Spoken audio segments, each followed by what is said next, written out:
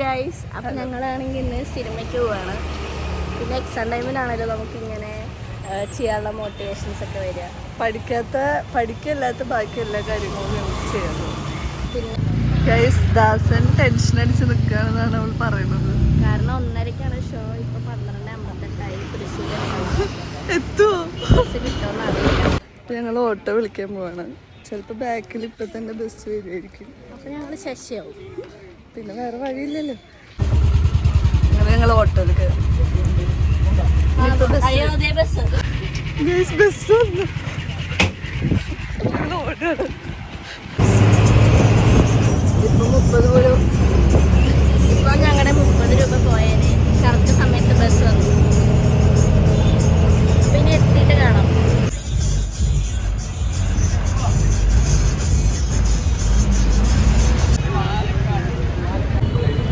ഞങ്ങളിവിടെ എത്തി.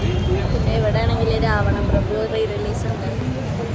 പിന്നെ ഈ ബുധനാഴ്ച ഞങ്ങൾ വരും വീണ്ടും.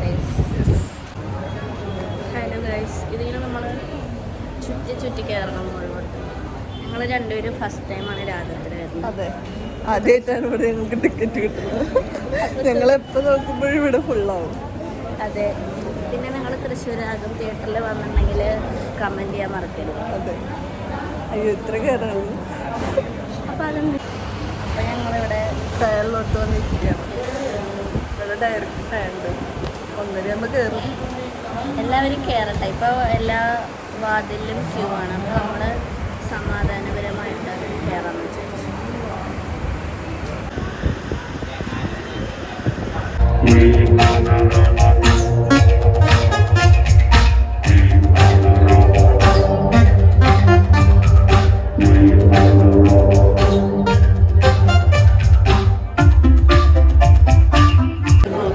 ഇന്റർവെല്ലായി ഗൈസ്.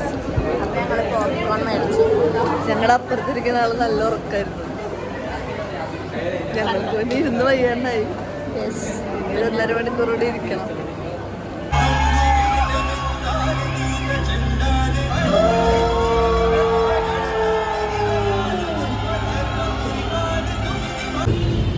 സിനിമ കണ്ടു. ക്ലൈമാക്സ് നല്ല രസമുണ്ടായിരുന്നു. ഫസ്റ്റ് ഹാഫ് അത്രയ്ക്ക് രസമൊന്നും ഉണ്ടായിരുന്നില്ല, പക്ഷെ ക്ലൈമാക്സ് അടിപൊളിയായിരുന്നു. പിന്നെ ചില ഡയലോഗ് ട്രാൻസ്ലേഷൻ്റെ തോന്നുന്നുണ്ട് ചിരി വരുന്നായിരുന്നു. അപ്പം നിങ്ങൾ കാണാൻ പോകണമെങ്കിൽ തമിഴിലോ കന്നഡയിലോ കണ്ടാൽ നല്ല ഒരു എഫക്റ്റ് കിട്ടുന്നതാണ് എനിക്ക് തോന്നുന്നത്. പടം കൊള്ളാം, ഒരു ബാഹുബലി എഫക്റ്റ് ഉണ്ട്. പിന്നെ രാഗം തിയേറ്റർ കൊള്ളാം കേട്ടോ, നല്ല സൗണ്ട് എഫക്ട്സ് കൊള്ളാം. അപ്പുറത്തൊരു കുട്ടി.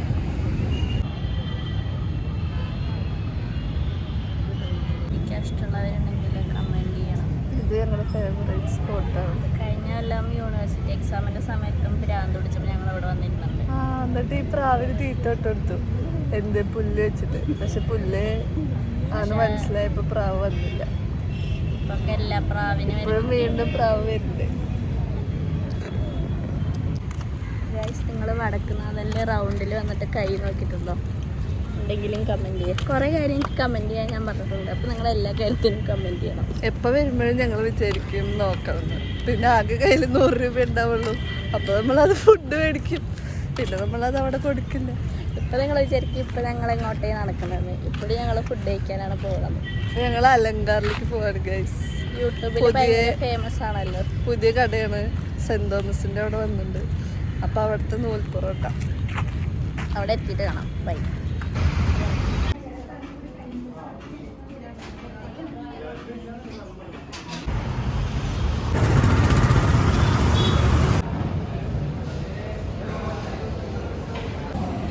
പ്ലേറ്റ് വന്നു. ഇനി കാത്തിരിപ്പാണ്. ഞങ്ങളാണെങ്കിൽ യൂട്യൂബിലൊക്കെ ഭയങ്കര ആ എക്സ്പെക്റ്റേഷനിലാണ് വന്നിരിക്കുന്നത്. പക്ഷെ സെറ്റ് ആംബിയൻസ് കപ്പിൾസൊക്കെ വേണമെങ്കിൽ വന്നു കൊള്ളാം.